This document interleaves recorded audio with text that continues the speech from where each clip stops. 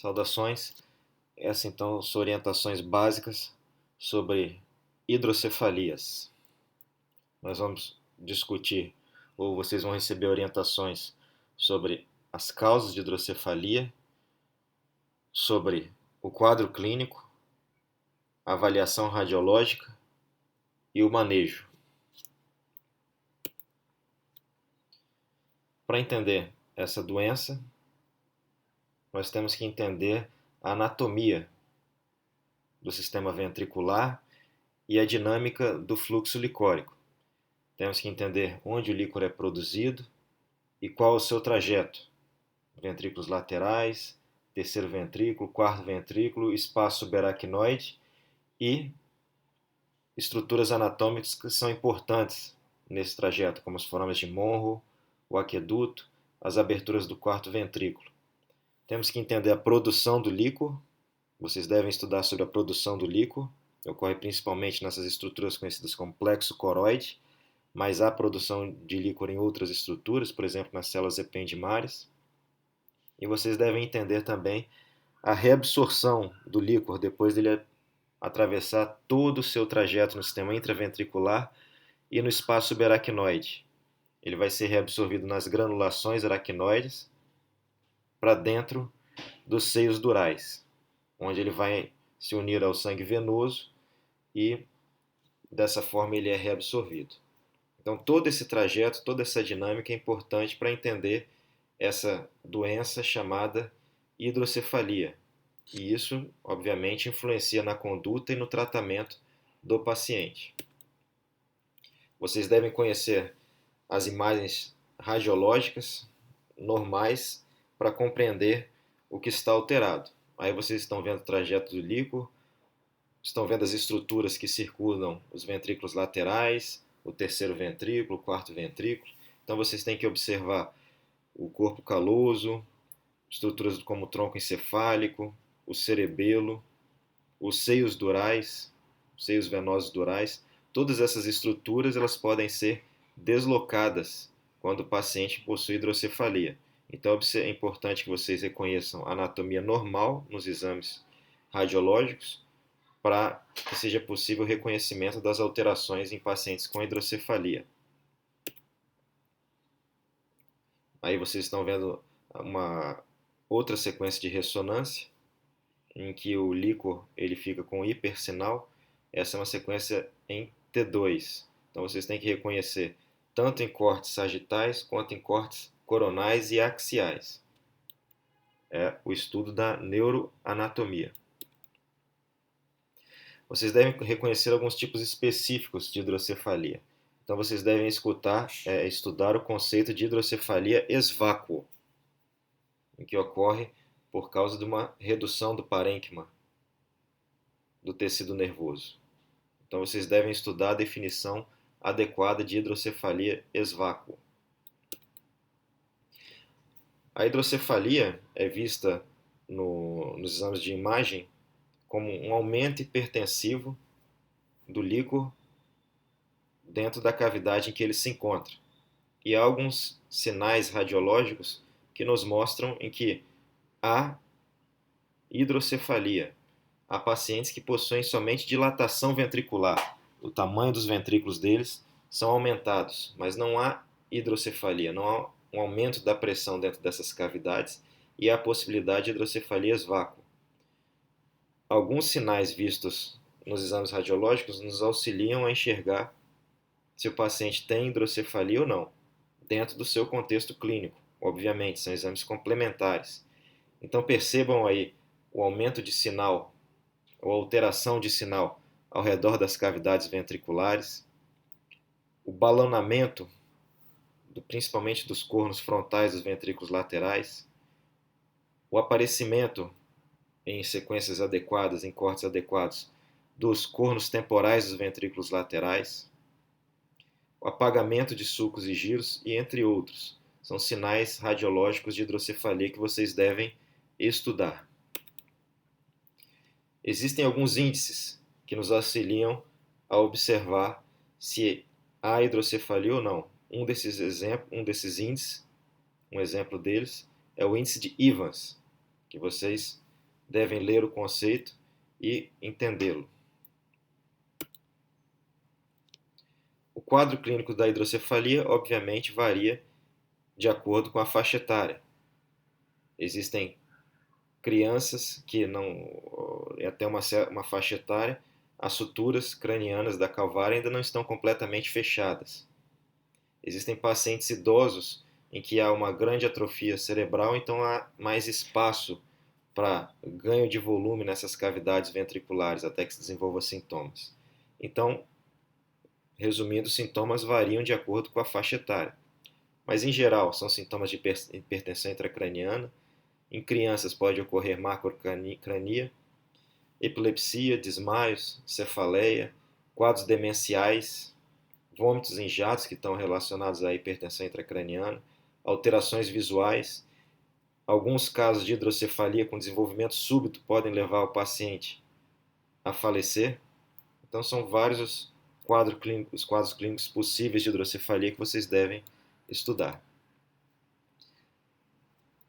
Existe uma classificação bem simplificada de hidrocefalias, e ela é bem simplificada porque existe uma série de nuances que em pacientes a gente não consegue nem classificar como hidrocefalia comunicante, nem como hidrocefalia comunicante, e isso acaba dificultando o raciocínio em cima desses casos.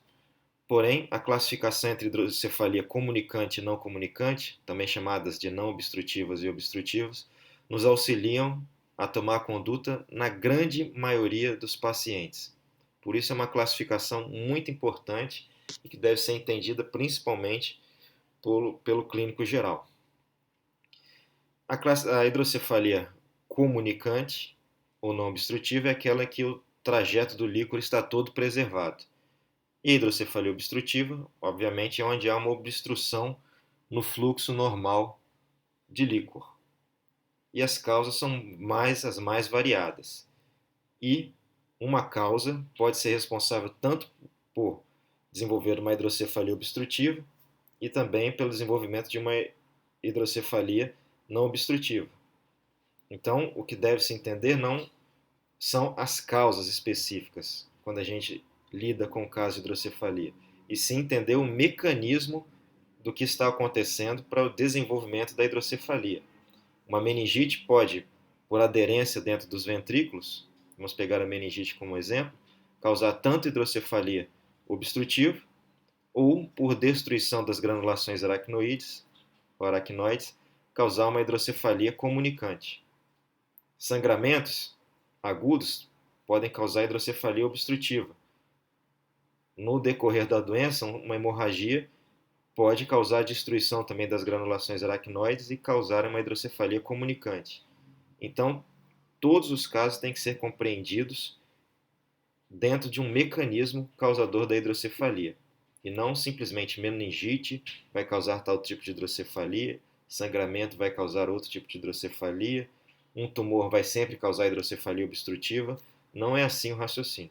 A gente pensa no mecanismo do que está acontecendo caso a caso. E, obviamente, a gente classifica, tenta entender esses mecanismos para propor, para ser possível, a proposta de tratamento do paciente. Em geral, na grande maioria das vezes, e essa é a nossa disciplina, o tratamento é cirúrgico. E o tratamento envolve ou tirar, aqui entre aspas, tirar o excesso de líquor e derivá-lo para uma outra região, ou, quando possível, tratar o que está causando a hidrocefalia. Então, se você tem, por exemplo, um tumor causando a hidrocefalia e for possível a ressecção desse tumor, esse é o tratamento da hidrocefalia. Se o paciente tem hidrocefalia por causa de uma meningite infecciosa, o tratamento dessa meningite faz parte do tratamento da hidrocefalia. Resumidamente, os tratamentos cirúrgicos envolvem, portanto, sistemas de derivação, o tratamento da doença de base, quando possível, ou o tratamento neuroendoscópico. As derivações vocês devem estudar são as derivações definitivas e as derivações temporárias. As derivações definitivas são aquelas que vão permanecer para o paciente para o resto da vida, a não ser que haja uma complicação. E derivações temporárias são aquelas que tiram o excesso do líquor para o meio externo e, obviamente, que isso depois deve ser retirado. Tem que ser uma derivação temporária. Entre as derivações definitivas, principalmente utilizamos as derivações ventrículos peritoneais, disparadamente as mais comuns, e em segundo lugar, as derivações ventrículo-atriais, bem mais raras. A derivação ventricular externa é aquela que utilizamos em tratamentos temporários. Imagine que o paciente ele tem um sangramento ventricular. Esse sangramento pode causar um entupimento de uma derivação definitiva e também não queremos mandar esse sangramento para outras cavidades, então optamos por a derivação externa. Igualmente, em pacientes que estão em processos infecciosos, a gente não consegue colocar uma prótese com segurança em pacientes em vigência de infecção. Igualmente, quando o líquor está infectado, a gente não vai mandar esse líquor para outra cavidade. Então entendam que a doença influencia no tratamento. Não há uma regra específica. A gente tem que pensar em cima do que está acontecendo com aquele paciente e qual que é a melhor proposta cirúrgica. A neuroendoscopia, na grande maioria das vezes, é utilizada para a realização de terceiro ventriculostomia, que é a abertura do assoalho do terceiro ventrículo, quando há uma obstrução em aqueduto, quarto ventrículo ou nessas regiões, geralmente quando o paciente possui uma hidrocefalia obstrutiva, para se evitar que o paciente fique com uma prótese definitiva.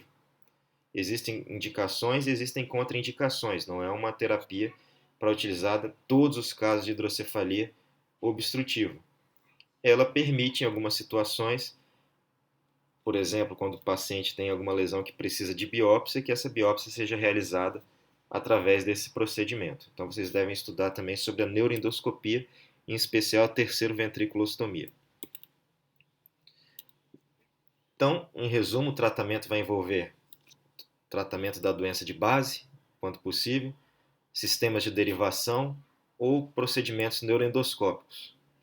E o que vai definir o tratamento é a fisiopatologia da hidrocefalia, qual é o mecanismo do desenvolvimento dessa hidrocefalia, do diagnóstico da possibilidade de tratamento da doença de base, a qualidade do líquor, obviamente que se o líquor está infectado, se o líquor está muito hemorrágico, isso influencia no tratamento, e a necessidade de derivação temporária ou definitiva.